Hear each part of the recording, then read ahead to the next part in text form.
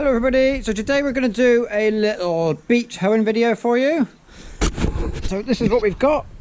Let's look at the tractor first. So this is a 1951 Ferguson TEA 20. It started out as a TEA, which was petrol only, straight petrol, and it's been converted, as you can see, to a Perkins P3 diesel engine. Now what's interesting about this tractor, it was originally, so it was built in England and spent its working life in France, and France is where it got converted to the diesel engine. Okay, so here is the dealer, a French dealer sticker, and also something I've never seen on another one is this aluminium badge, diesel Perkins, it says. Now normally you get the Perkins bonnet badge on the front of a bonnet of a conversion. This one doesn't have that, but it does, whether this is individual to the French dealer that did the conversion, I don't know. But something that every P3 conversion has, they have this high bonnet line, but not everyone has a conversion as tidy as this one. You know, this is one of the nicest ones you'll see. It's all welded and blended, and sometimes they're all kind of bolted and riveted and look a bit manky, but this is actually very professionally done. It's one of the nicest ones you'll see, I reckon. I know you're going to tell me the tractor needs painting, and it does. There is plans for this tractor, which is why it's not getting painted at the minute. Hopefully it's going to feature later on in the year, and the view to eventually painting it, but not yet. Right, so as you can see, we've got our row crop wheels on. We have got our front axle extended out, just standard front tyres, but they are extended out to be in line with the row crops. And on the back we have our Ferguson steerage hoe. So what we're going to do, this is, first off, as you can see, there's loads of bits missing. They are all here. We've got to put, there's a load of the blades are took off, and all the discs are here. So we've got to put all those on. First off, this is part of the steering mechanism. I've had to replace these bolts. I've had to replace those. So what we've got to do, first off, we've got to put this back together, and then bolt all the hoe sections back in, and then we will go and hoe. Right, so this is the steerage part. So this anchors onto the link arm. This little drag rod goes across to the steering at the back. I've had to take this apart and put some new bolts in. There should be 3 bolts. There is another bolt here snapped off right at the back, but he's been snapped off 50 years, and I've only got 2 spare bolts, so I'm not going to worry about drilling that one out for today. Two will do, and I've only got 2 bolts, so there's no point taking it all apart, drilling out, and I can't replace it. So put this little track rod end back in.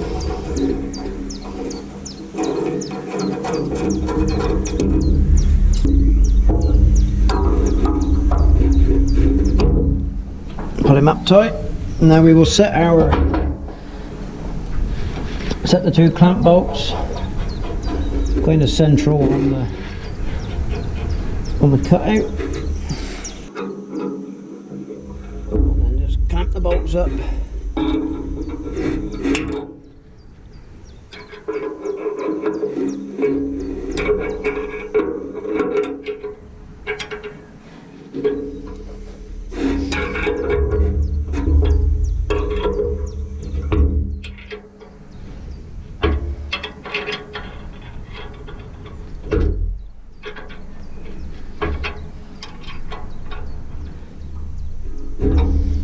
Right, so we're lifted clear of the ground now. So what we do is, so the operator sits on the seat, and he's got a tiller steering in front of him.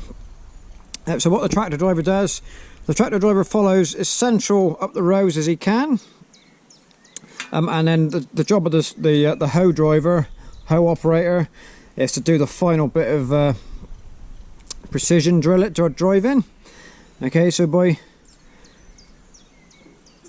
allowing the hoe to swing side to side on the tractor, I think there's 5 inches of movement either way of centre. So by the tractor driver driving as straight as he can, and the hoe operator just doing that final bit of steering, you can then be very accurate across your rows. So what we'll do now, we'll get all our hoe sections in.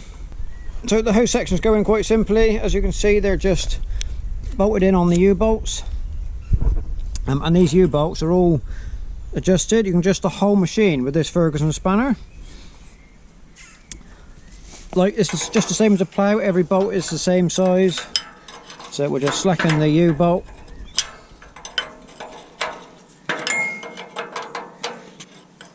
So we'll just slide our hoe section up from underneath.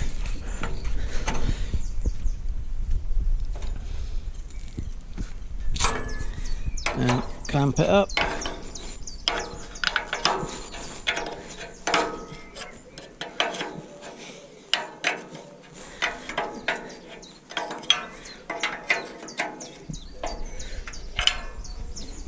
Okay, so for fine adjustments, you can slacken the clamp bolt and the spanner fits the end of the shanks. So you can see that turns it. And you can also slacken the bolts on the end here, and again turn them. Okay, so by slackening this bolt here, that allows this kind of second linkage here to adjust. So everything is infinitely adjustable to suit your row widths.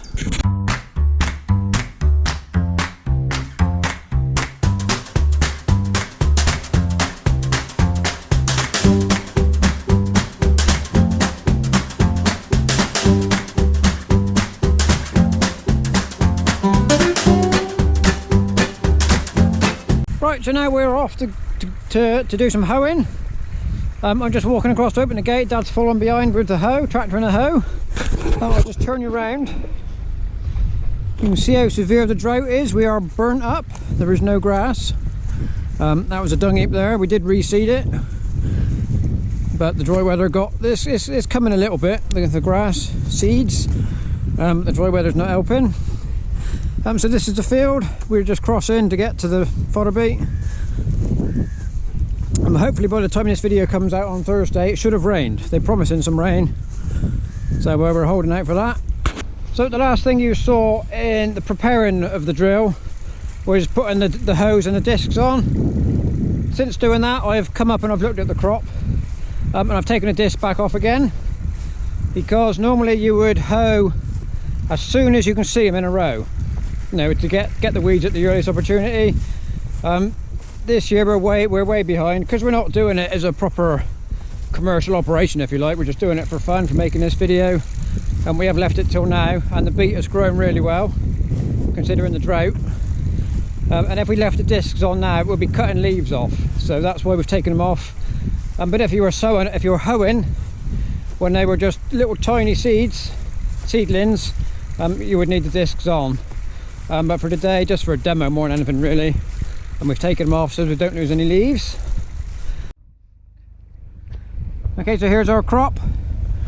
These are the reason we've taken the discs off. We don't want to be cutting these overhanging leaves off.